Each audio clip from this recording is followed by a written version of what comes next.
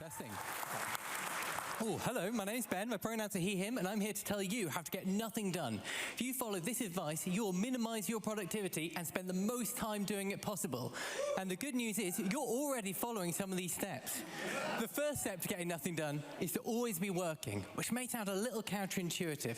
So let's see what happens when you decide you're going to be working 100% of the time. First, you need to pick something to do.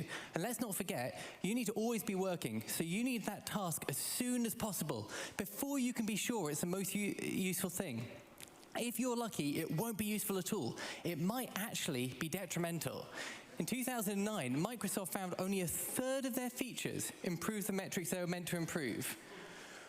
When you always have to be working, you need to keep going. You don't have time to validate your assumptions by running any experiments waiting for results. You've got to go straight in. So now you've got your task, you get to work. Eventually, you're going to reach a blocker. You know, you're going to need to wait for a meeting, or you need to wait for an infrastructure change or a design. If you don't keep working, if you don't pick up a new task, you won't be keeping working. So you need to pick up that task as soon as possible. Again, we'd rather pick up a new task than stop working for even a single second. And that's our trick. The more tasks we have on the go, the harder it's going to be to finish any of them. And we've only been productive if we finish a task. Another huge benefit of having a lot of tasks on the go is you don't have to work very hard to lose track of a task. Your lost tasks will naturally slip through the cracks because you've only got short periods of time to work on them, and most of that time is spent context switching. These lost tasks will either find themselves completely forgotten or handed over to someone else.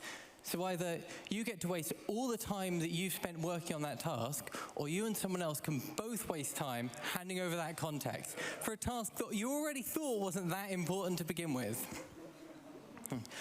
But even better than this, I want you to multitask. I want you to rotate through all of your tasks with the illusion of being more productive while actually not focusing on anything and context switching as often as you want. Oh. I'm somehow a whole slide ahead.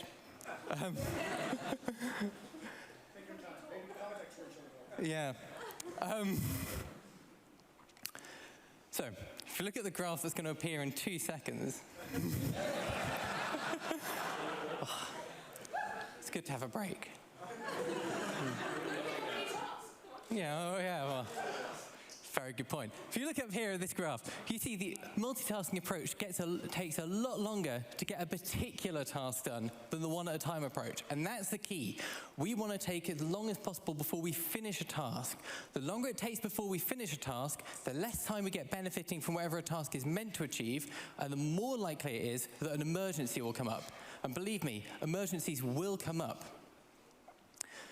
When an emergency does come up, that emergency is going to become your new top priority. Your old top priority that was precariously close to being finished, now that's going to be completely forgotten. And all the rest of your tasks will be completely forgotten. It's meant to be 15 seconds a slide, so I think we're running longer on each slide than I was expecting.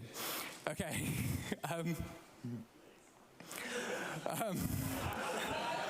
That's a good one.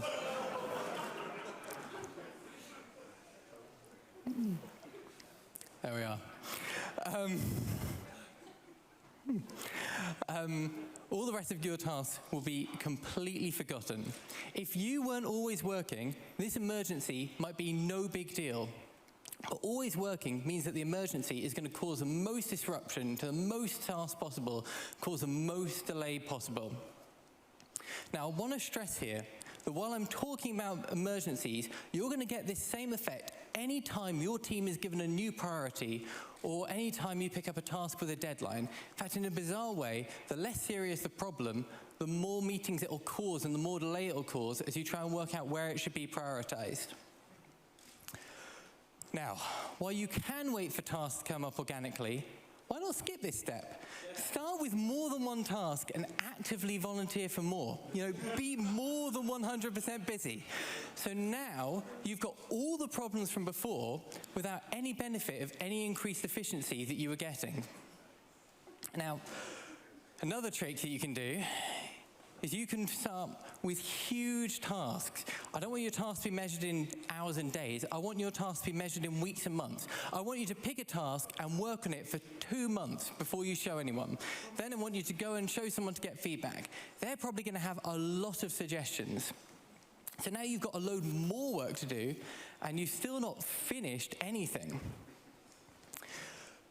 And even if they don't give you loads of feedback, so you just get the look good to me, while you're waiting for that feedback, you can start a new task. And if you're then lucky, forget about the task that you almost finished before. Finally, I need you to avoid collaboration for as long as possible.